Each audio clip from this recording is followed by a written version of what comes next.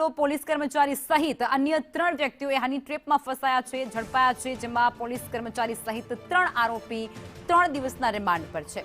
ડીસાના જમીન દલાલને પ્રેમજાળમાં ફસાવી અને ખંડણી માંગી હતી।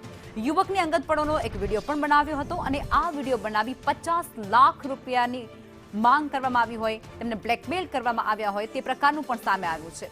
એલસીબીના પૂર્વ પોલીસ કર્મચારી જોરાવરસિંહની ધરપકડ થઈ ચૂકી છે। વિજયસિંહ ડાભી, જીતેન્દ્રસિંહ ચૌહાણની પણ ધરપકડ કરવામાં આવી છે। તો બનાસકાંઠાથી આ હની ટ્રેપને લઈ અને મોટા સમાચાર, પોલીસ સહિત 3 વ્યક્તિઓ ઝડપાયા છે, જેમના 3 દિવસના રિમાન્ડ પણ મંજૂર થઈ ચૂક્યા છે। રિમાન્ડ પર તેમની પૂછપરછ ઊંડાણપૂર્વક હાથ ધરવામાં આવશે।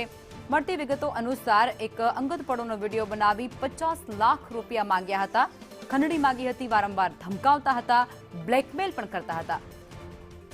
ત્યારે પોલીસ કર્મચારી સહિત 3ની ધરપકડ કરવામાં આવી છે અને ત્યારબાદ તેમના રિમાન્ડ પણ 3 દિવસના મંજૂર થઈ ચૂક્યા છે। અને રિમાન્ડ દરમિયાન પોલીસ દ્વારા ઊંડાણપૂર્વક તપાસ આ આખા મુદ્દાને લઈને કરવામાં આવશે।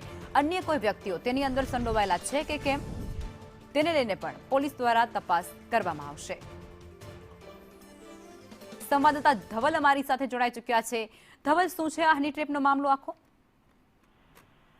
લખમાં ચોક્કસથી વાત કરવામાં આવે તો બનાસકાંઠામાં એક હની ટ્રેપની ઘટના છે તે સામે આવી છે। મહત્વની વાત છે કે ડીસાના એક દલાલ સાથે હની ટ્રેપની ઘટના બની છે।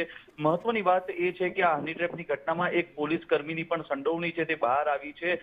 પાલનપુર એલસીબી ખાતે ફરજ બજાવી ચૂકેલા અને અત્યારે હેડક્વાર્ટર ખાતે ફરજ બજાવતા જોરાવરસિંહ નામના એક પોલીસ કર્મીની પણ સંડોવણી છે તે સામે આવી છે। મહત્વની વાત છે કે પોલીસ દ્વારા અત્યારે આ તમામ જે હની ટ્રેપની ઘટના સામે આવી છે એમાં 3 લોકો સામે ગુનો દાખલ કરવામાં આવ્યો છે। જોરાવરસિંહ ડાભી, આંત્રોલીના વિજયસિંહ ડાભી અને જીતેન્દ્રસિંહ ચૌહાણ સામે પોલીસે ગુનો દાખલ કર્યો છે। ત્રણેયની અટકાયત કરી હતી। આ ત્રણેયને કોર્ટમાં રજૂ કરીને 3 દિવસના રિમાન્ડ છે તે મંજૂર કરવામાં આવ્યા છે। મહત્વની વાત છે કે ડીસાના જમીન દલાલ સાથે એક છોકરી સાથે વાત કરાવીને તેનો જે અશ્લીલ વિડીયો છે તે બનાવી દીધો હતો અને આ વિડીયો વાયરલ કરવાની ધમકી આપી 50 લાખ રૂપિયાની ખંડણી માંગ્યાની ફરિયાદ છે તે અત્યારે નોંધાવા પામી છે। અને આ સમગ્ર મામલામાં પોલીસ કર્મીનું નામ ખુલતા આ મામલો છે તે અત્યારે સમગ્ર જિલ્લામાં ટોક ઓફ ધ ટાઉન બન્યો છે। જી, આભાર ધવલ।